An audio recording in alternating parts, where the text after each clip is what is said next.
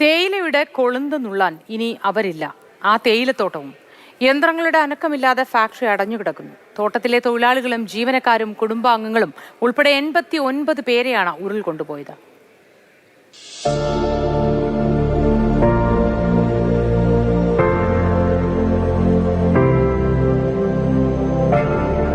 കലിതുള്ളിയെത്തിയ ഉരുൾ നിശേഷം തകർത്ത കൂട്ടത്തിൽ മുണ്ടക്കൈയെയും ചൂരൽമലയെയും പച്ചപ്പണിയിച്ച ഹാരിസൺസ് മലയാളം തേയിലത്തോട്ടവും അവിടുത്തെ തൊഴിലാളികളും ഉണ്ടായിരുന്നു. 9 പാടികളാണ് അടയാളം പോലും ബാക്കിയാക്കാതെ ഒലിച്ചുപോയത്. അതിൽ 8 പാടികൾ ഭാഗികമായി തകർന്ന നിലയിലാണ്. 4 കോട്ടേഴ്സുകൾ പൂർണ്ണമായും നിലംപൊത്തി. 3 കോട്ടേഴ്സുകൾ വാസയോഗ്യമല്ലാതെയുമായി. എസ്റ്റേറ്റിലെ 5 ഹെക്ടർ തേയിലത്തോട്ടം ഉൾപ്പെടെ 10 ഹെക്ടർ ഉരുൾ അപ്രത്യക്ഷമാക്കി. തീർന്നില്ല. എന്നിട്ടും ഉരുളിന്റെ കലി മാറിയിരുന്നില്ല.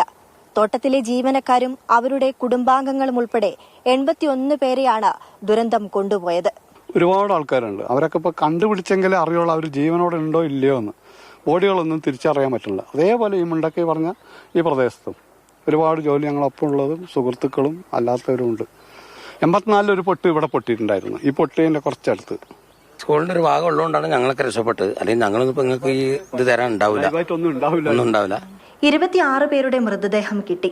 24 തൊഴിലാളികളും 26 കുടുംബങ്ങളും ഇനിയും കാണാമറയത്താണ്.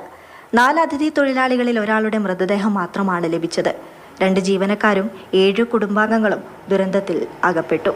ഉരുളിൽ ബാക്കിയായവർ വിവിധ ക്യാമ്പുകളിലായി കഴിയുന്നു. ഉറ്റവരും കുടുംബാംഗങ്ങളും നഷ്ടപ്പെട്ട വിഷമത്തിൽ. ഈ കിളുന്തുകൾ ഇനി നുള്ളിയെടുക്കാൻ അവരില്ല എന്ന യാഥാർത്ഥ്യം മനസ്സിലാവുമ്പോൾ അത്യന്തം വേദനാജനകമാവുന്നു. അജിത് കുമാറിനൊപ്പം നയൻതാര, മാതൃഭൂമി ന്യൂസ്, വയനാട്.